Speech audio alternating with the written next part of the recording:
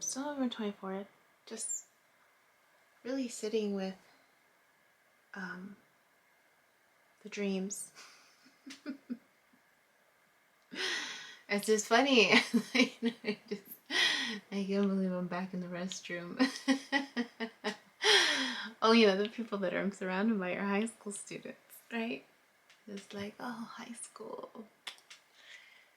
I mean, it wasn't the worst experience. It was uncomfortable for sure. And I'm even reflecting this continued theme of like high school, right? And the other dreams that I had of high school. It makes sense. It makes sense. That's my target population, right? Duh. Then I was actually even thinking about this person from my past. And the dreams that we're in high school. We're in high school. A lot of the dreams were in high school or young. We're young. I've never seen us older. The only one where we're somewhat older was the one where it took place in the 60s, 50s, 60s, 60s, 60s, 70s.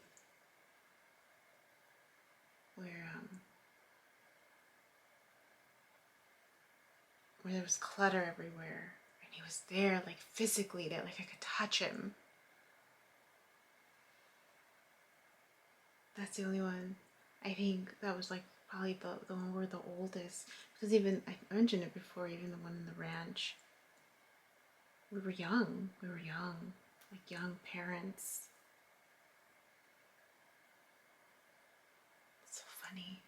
But anyways, so I reached out. So I'm like, okay, thinking, okay, curriculum writing, right? I've done this before. I was going to be a teacher. I finished my undergraduate degree in elementary school teaching, child and adolescent studies, minor in human services, and I had already taken all the testing to be done for elementary school teaching. I forget what the testing is to get your credential. Like I already passed it before I completed the credential program. I just needed that 1 year of the credential program, and I would have been done with my teaching credential. But that's when I made the shift into mental health. And so even though I had already did the test, like I was a good test taker, so I did the test, I didn't complete the 1 year of the credential program. And instead I went into mental health. So I learned how to do curriculums and lesson planning, and I was already like my actual work environment. I mentioned I worked like 4 part-time jobs at once. They were all part-time because there was part of something instinctively that said go take work in the field that you're going to work in with kids. So it was after school programs. It was I was a TA in the mornings for a junior high school. I remember that was like one of my first. Was it my first job? No, it was my second job. I remember the first day of that job was 9/11. I remember exactly what I was wearing. I remember that morning. I remember that whole day. I'll never forget it. But I also remember that school, and I look like a junior high student. I remember I would often get confused for a student, and that was one of the reasons why I always struggled in junior high and high schools when I would go and work there, because I looked young, and so I would often get confused for a student.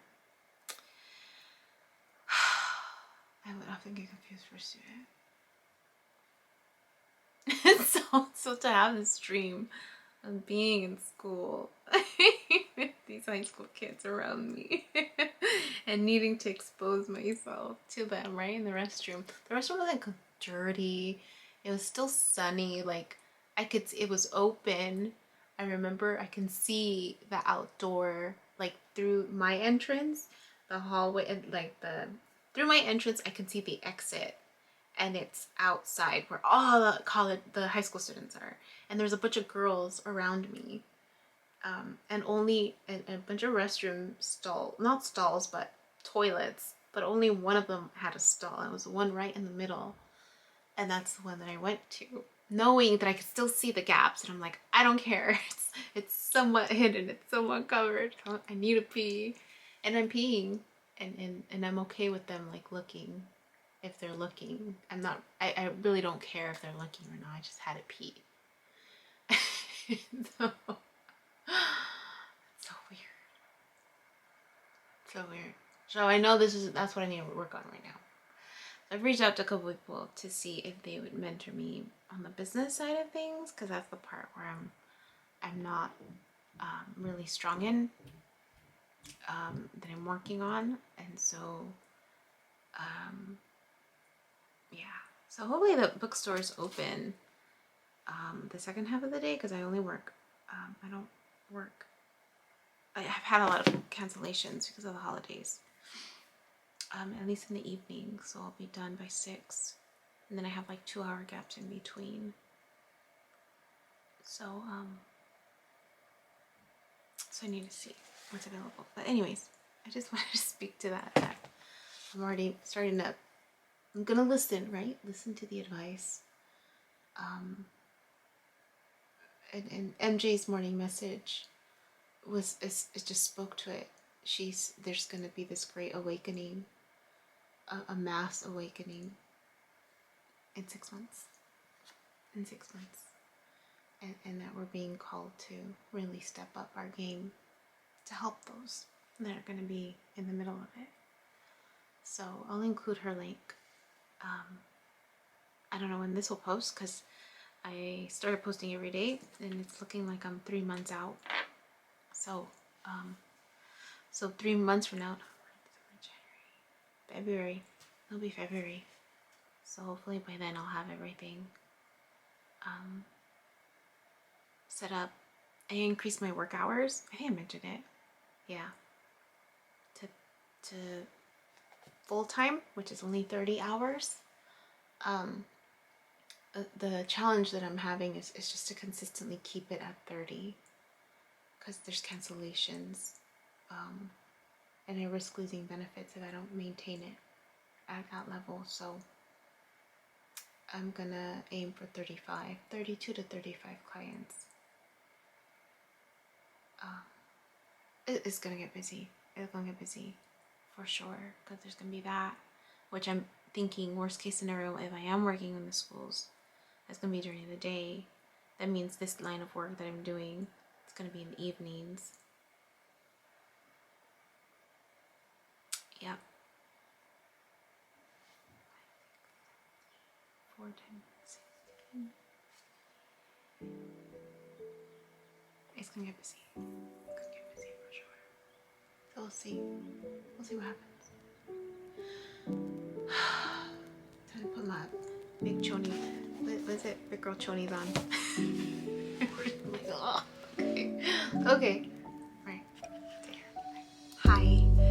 My name is Yubi, and in case you haven't figured it out, this footage is capturing my experience as I learn to navigate my personal spiritual awakening.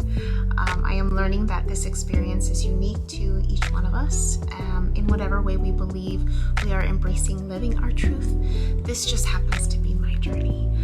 And despite me having a graduate degree and a license in clinical social work, this by no means is intended to replace any type of mental health advice.